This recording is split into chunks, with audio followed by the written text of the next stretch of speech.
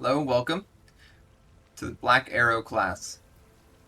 I'll be going over some tips and tricks and how I built the class to succeed in both solo and trio play. Start by going over the skills to show you what's been added, what's been changed, and what I think is good. Steel Arrow. This one was a personal favorite of mine. Our damage has significantly been reduced on the Blackarrow.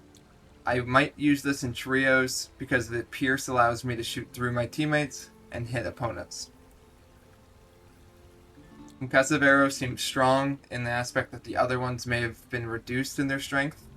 Allowing me to knock down or knock back opponents allows me to follow up with guaranteed damage or create space against melees. Lightning Arrow might be good in trios if the enemy is congested or for clearing PvE, as it chains to opponents. Bloodflight was changed significantly as it used to apply a debuff that after a certain period would explode and do additional damage. Now its damage has been reduced and it applies a portion of physical and a portion of true damage over time. Featherlight Arrow is a new special arrow added. It is essentially the hit scan, no damage fall off, but it is a reduced base damage from the actual base charged attack. Sonic Arrow exposes where enemies are, detecting them kind of like a sonar or like a little radar. You can see them through walls. Barbed Arrow was also changed, and I would say significantly nerfed. It used to work based off distance traveled, meaning if you shot an enemy at range and they tried to close the gap, or if you shot someone they tried to run, they were unable to without sacrificing their HP. Now it works based off energy consumed. So if they don't use abilities, they don't evade, or they don't use any skills at all, they no longer take damage. Paralysis Arrow might be an arrow I find myself running. This one will reduce the energy recovery of enemies to 0, and if they're exhausted, their speed is reduced. Spore Arrow has, I would say, almost been buffed, even though the overall damage of everything on Blackarrow was reduced. In the sense that you can now activate your own spore arrows by shooting them. They do damage over time, but that's significantly reduced. Hemotoxin is probably one of the arrows I'm looking most forward to running in trios. Solos, I might swap it out for more damage and utility. It applies a healing block, which stops any healing effects while the arrow is active on the opponent. Going over the skills, Scattershot was not changed from previous beta, but applies a knockback and deals low damage to the opponent. Rapid Shot allows you to fire 5 arrows quickly, dealing physical damage. Does not reduce your movement speed, so you're able to be very quick while you do this, but the damage is not very high. I think 400 in good gear against the dummy. Frostblade Bomb, you hold and throw a bomb. After a second, landing on the ground, it will detonate, and enemies caught in it will be frozen. You are able to break free from the bomb. It just costs stam to break free the sooner you want to break free from that bomb. Sky Piercer, a classic.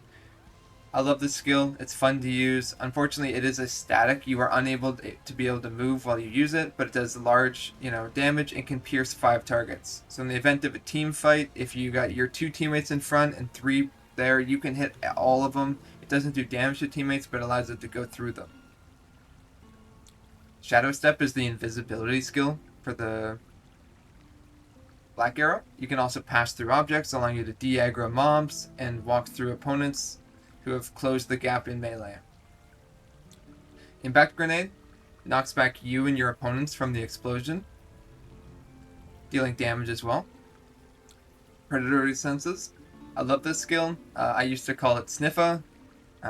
We run it when we're trying to hunt players looking for PvP. It'll tell you the direction and the approximate distance based off the color of the light between you and the character, going from white to red as you get closer to the opponent. I'm now going to go over the talents and how they've changed. This Swift Shot tree here has not changed much, having this one equipped, I believe this is essential because the cost of your arrows is so high. Reduces the cost of drawing the bow. This one is increased movement speed when shooting, so this is only while you're drawing the bow. Increased charging speed for shooting. I haven't noticed much of a difference for this, so I'm not running it currently.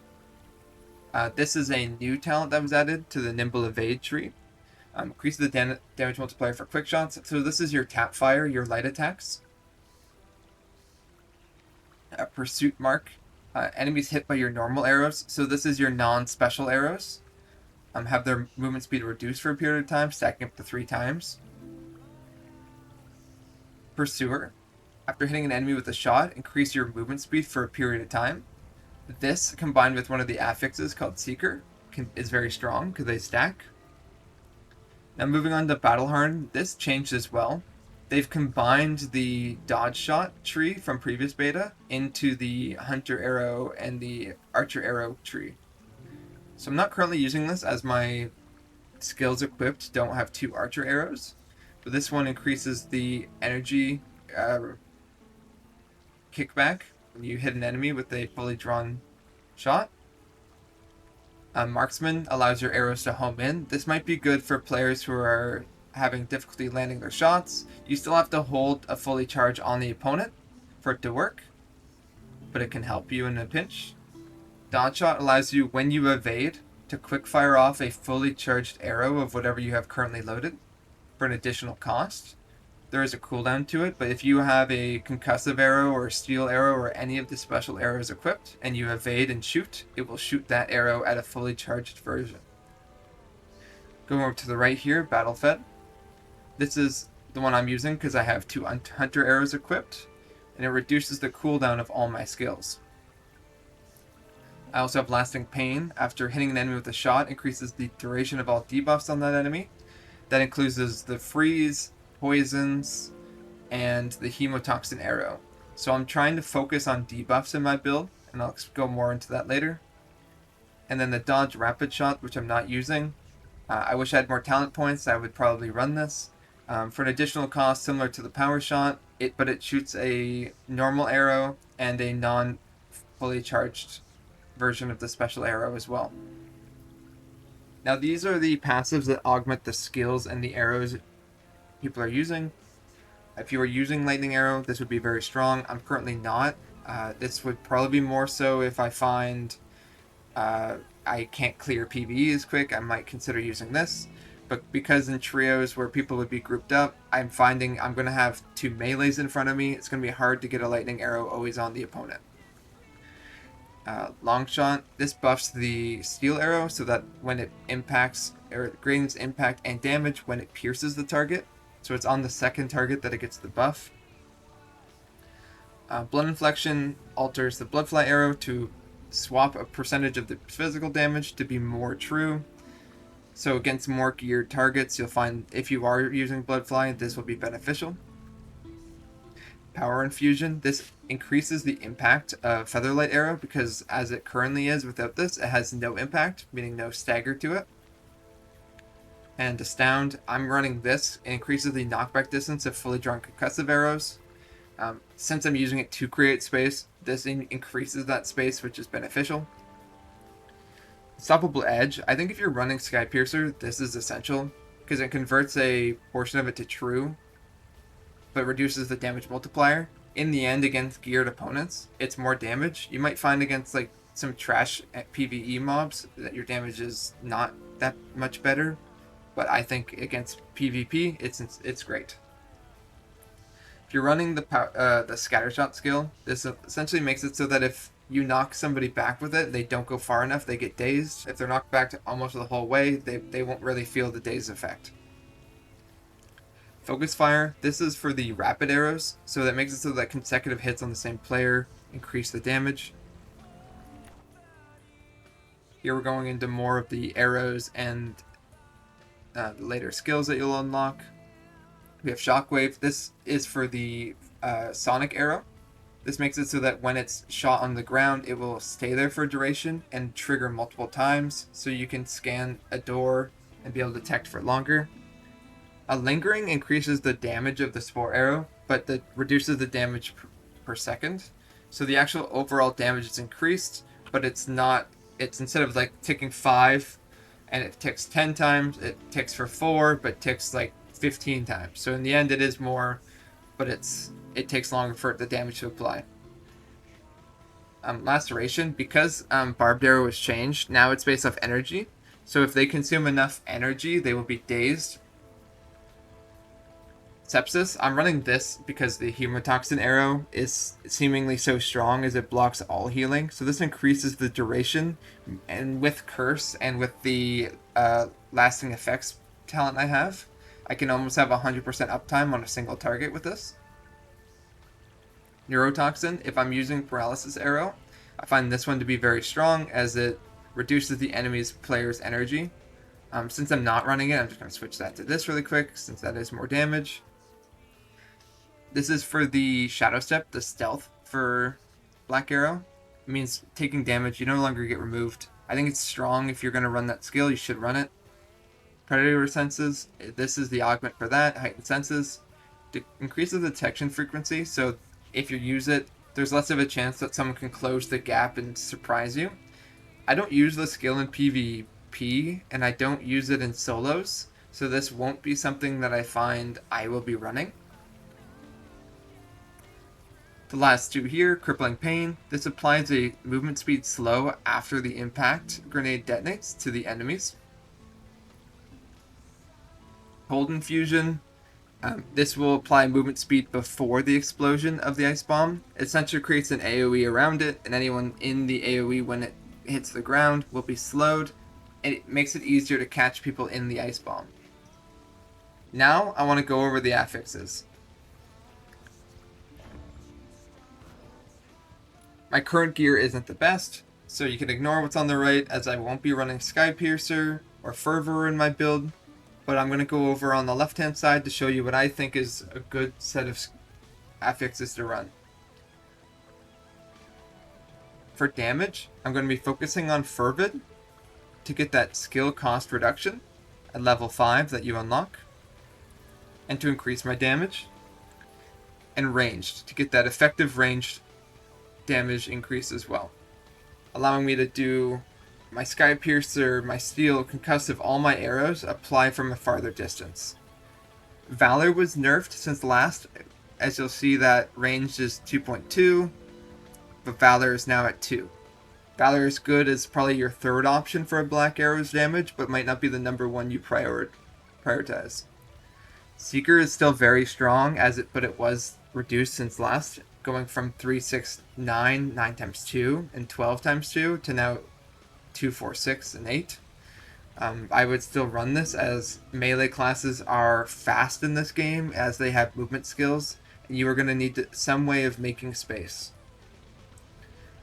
Because I'm playing a build that applies debuffs, the poison, the hemotoxin, the ice bomb, this is a skill I believe to be very strong. I would max this out if you can.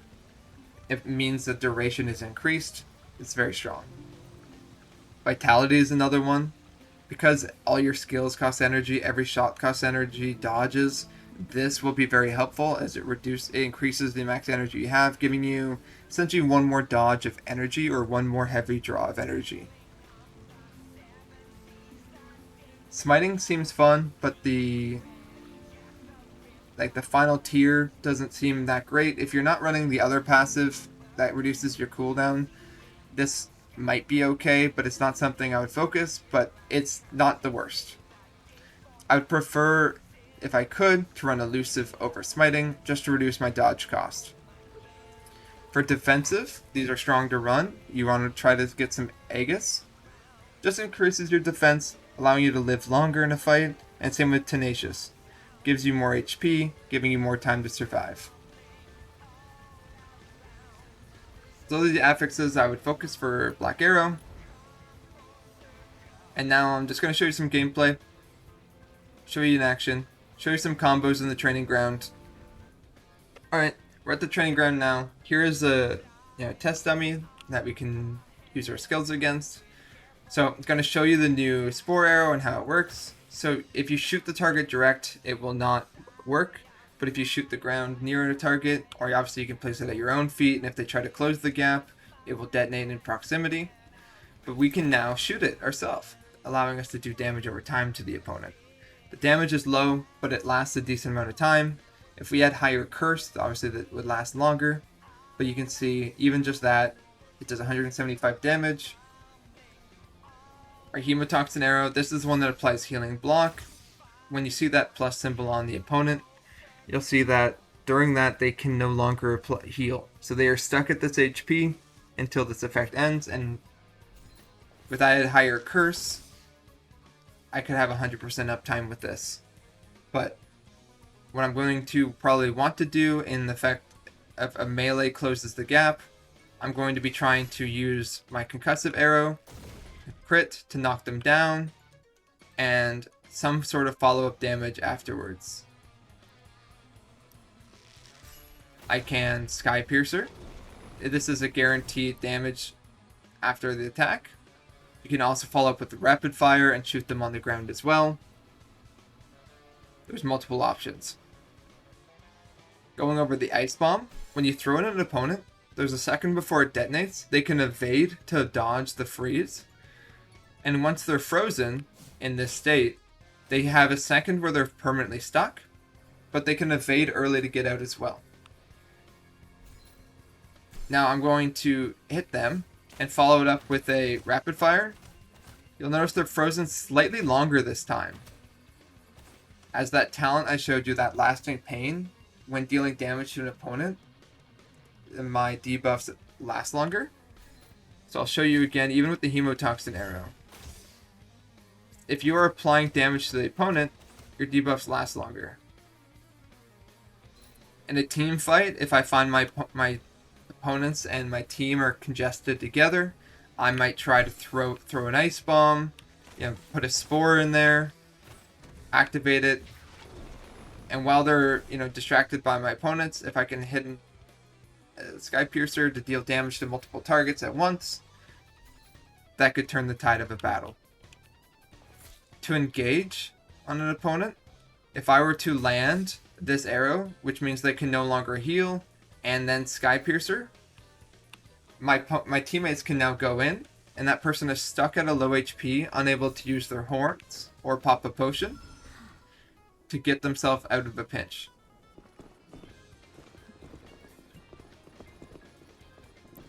Here's just a quick little team fight. We were limited in the amount of PvP we were able to have in a closed test. But you can see here, I put down my debuffs, I hit a barbed arrow on an enemy, and then I follow up with some concussive arrows and then a rapid shot. I choose not to finish him at the end, as it's just a friendly bout, and nobody was able to re-gear, so we let people revive afterwards. And then the next clip, you're just going to see me use a new feature that was added, a mimic pot, and I thought it was kind of funny, so I left it in. But hopefully soon, I'll be live on Twitch, and you can watch me play there. There'll be plenty more PvP, and hopefully some highlights coming soon. Thank you. Hope you enjoyed the video.